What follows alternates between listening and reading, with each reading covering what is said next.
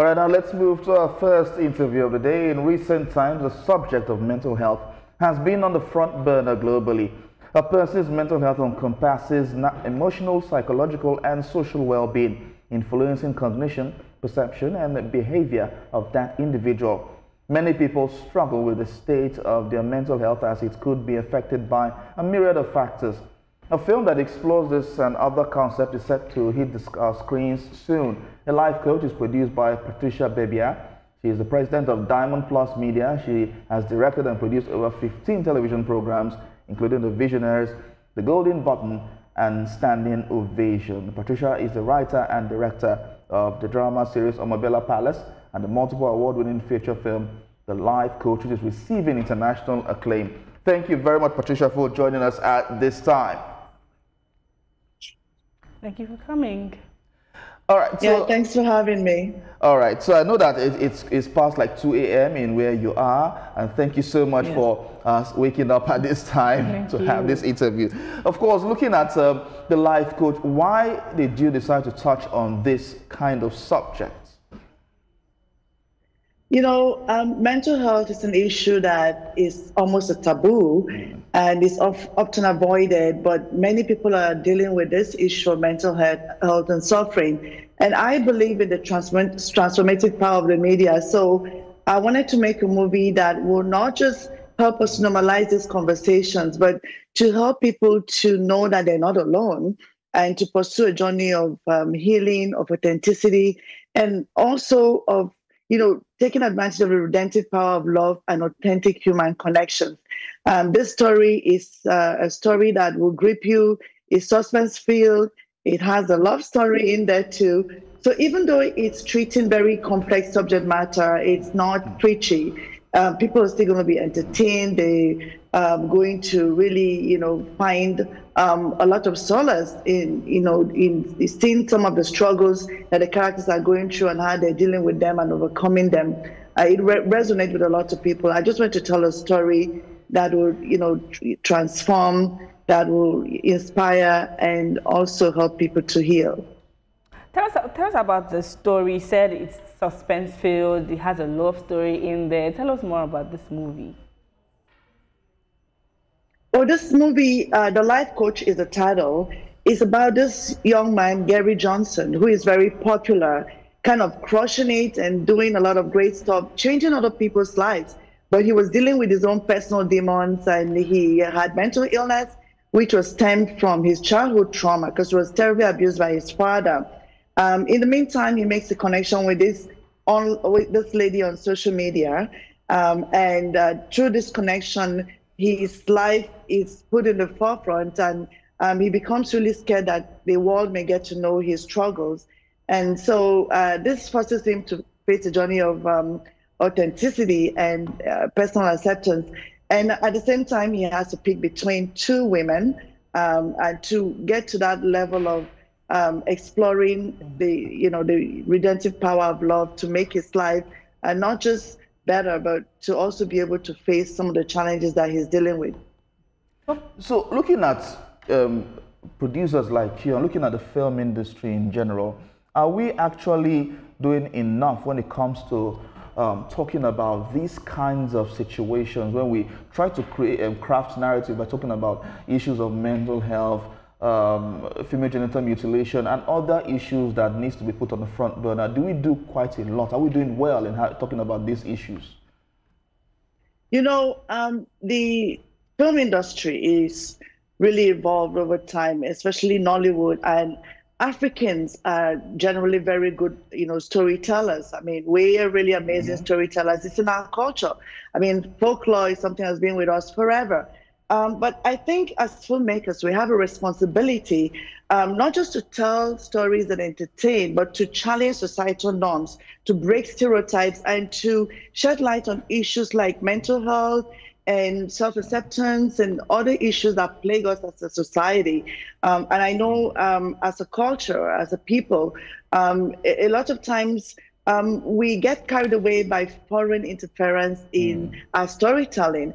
But I think it's time for us to tell stories that resonate, stories that, tell us about, not just who we are, but who we could be, the possibility of things that our society can embrace and achieve. And I think we have the responsibility as filmmakers to do better.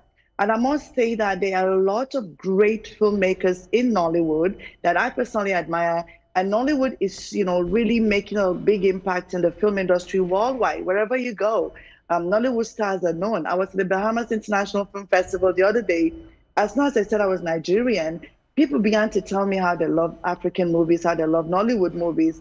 But I think as filmmakers, we just need to use the transformative power of the media to treat, subject matter that people don't like to talk about, that are affecting many of us. And I believe that if we do more of that, we will, bring about a lot of change in our communities around the world. So in talking about storytelling, do we have enough of these stories to be able to capture the world?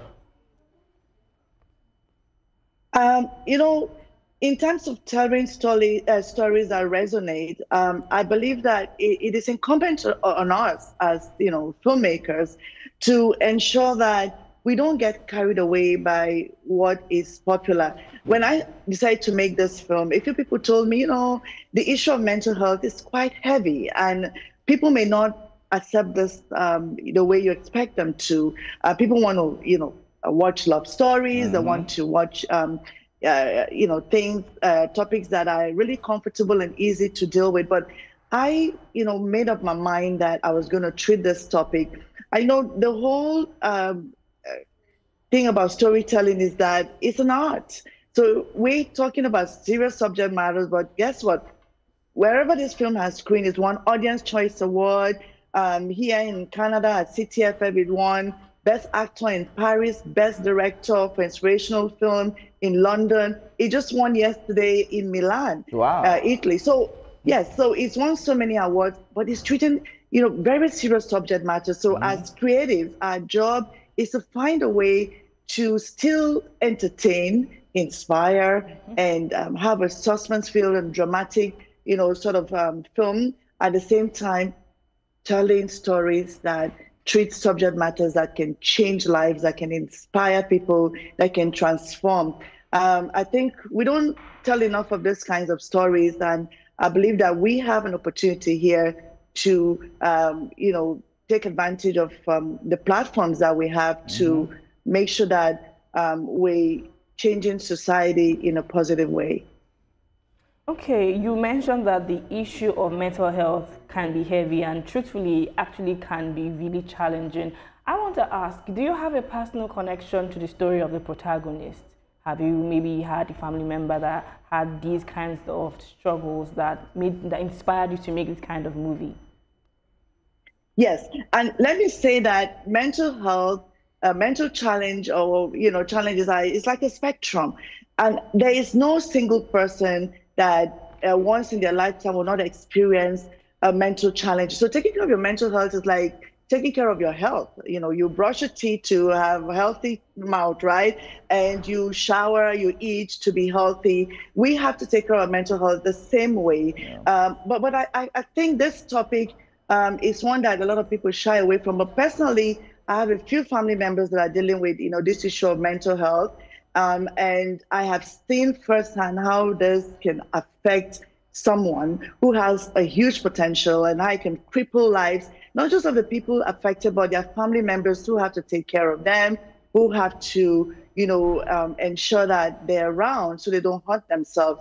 I think in our community, we see a lot of people suffer in silence because we're not speaking up about this, and it's not something that people, talk about. And that's why trying to normalize these conversations and making people feel seen is very important.